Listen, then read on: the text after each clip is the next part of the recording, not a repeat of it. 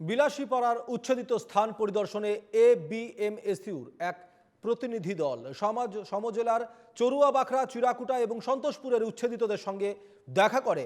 প্রতিনিধি দলটি উচ্ছেদিত স্থানে উপস্থিত হয়ে মুখ্যমন্ত্রীর তীব্র সমালোচনা করেন এবিএমএসইউর নেতৃত্ব।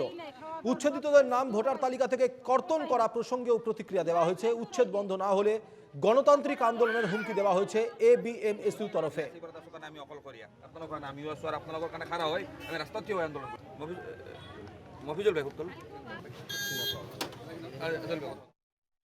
হয় আজি এবিএমচিৰ কেন্দ্ৰীয় সমিতি তথা বিভিন্ন জিলা সমিতিৰ এক বৃহৎ সজাতি দল আহি ধুবুৰী জিলা চাপৰ ৰাজহ চক্ৰৰ অন্তৰ্গত চিৰাকুটা, সন্তোষপুৰ আৰু চৰুৱাবাখৰা গাঁৱত উপস্থিত হৈছোঁ।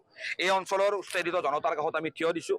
এই অঞ্চলত আহি আমি দেখিবলৈ পাইছোঁ আজি এই বৃহত্তৰ চাপৰ ৰাজহ চক্ৰৰ অন্তৰ্গত এই গাঁওসমূহ আজি মানৱতাৰ বধ্যভূমিলৈ ৰূপান্তৰ হৈছে।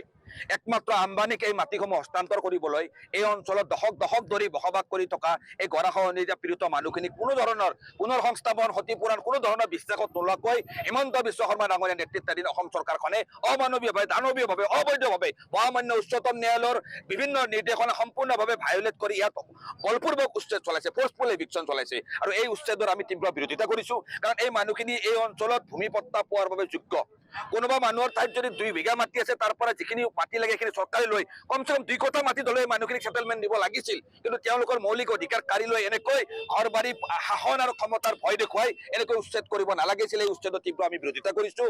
আমি ইতিমধ্যে গম পাইছোঁ যে যোৱাকালিৰ দিনটোত অসমৰ মুখ্যমন্ত্ৰী হিমন্ত বিশ্ব শৰ্মা ডাঙৰীয়াই এই উচ্ছেদিত মানুহখিনিৰ নাম ভোটাৰ তালিকাৰ পৰা কৰ্তন কৰা হ'ব বুলি ঘোষণা কৰিছে। এই ঘোষণাৰ পিছতে এই অঞ্চলৰ বিভিন্ন ব্যক্তিৰ মোবাইললৈ ইলেকশ্যন কমিশ্যন অফ ইণ্ডিয়াৰ ফালৰ পৰা এটা মেছেজ আহিছে যে তেওঁলোকৰ নামবোৰ ভোটাৰ তালিকাৰ পৰা কৰ্তন কৰা হ'ব। পিপল ৰিপ্ৰেজেণ্টেশ্যন এক্ট 1950 ছেকশ্যন 19 অনুসৰি কোনো কাৰণতে এই মানুহখিনি ভোটাৰ তালিকাৰ পৰা তেনেকৈ নাম কৰ্তন কৰিব নোৱাৰে। এওঁলোকক ইয়াৰ পৰা ঘৰহে ভাঙি দিয়া হৈছে। এই মানুহখিনি এতিয়াও এই অঞ্চলৰ পাৰ্মানেণ্ট ৰেচিডেণ্ট, তেওঁলোকে এতিয়াও ইয়াত বসবাস কৰি আছে। তেওঁলোকে ভাড়া ঘৰত থাকিলেও এই অঞ্চলত ভোটাধিকাৰ, তেওঁলোকৰ ভোটাৰ তালিকাত নাম থকাৰ অধিকাৰ আছে।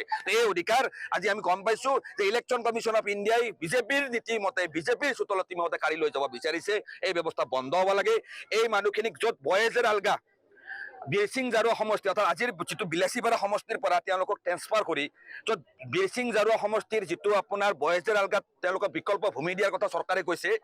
আপোনালোক সংবাদ মাধ্যমৰ ব্যক্তিসকলে আপোনালোকেও জানে যে সেই মাটিখিনিত মানে মানৱ জীৱনৰ উপযোগী মাটি নহয়। সেই মাটিখিনিত ইয়াৰ পৰা পৰিয়ালসমূহ গৈ তাত বসবাস কৰাৰ কোনো পৰিৱেশ নাই। এয়া ব্ৰহ্মপুত্ৰৰ মাজৰ এটা পৰিত্যক্ত অঞ্চল। সেই অঞ্চলত কেনেকৈ এই অঞ্চলৰ মানুহে গৈ বসবাস কৰিব পাৰিব?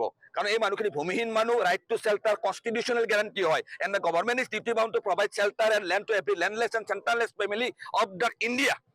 তেওঁলোকে কি কৰিছে আজি চিলেক্টিভলি আৰ্টিকেল 14 ইকুৱেলিটি বিফৰ ল বাছি বাছি এই BTCৰ বিলাসীপাৰাৰ এই সংখ্যালঘু মুছলমান মানুহখিনিক উচ্ছেদ কৰিছে।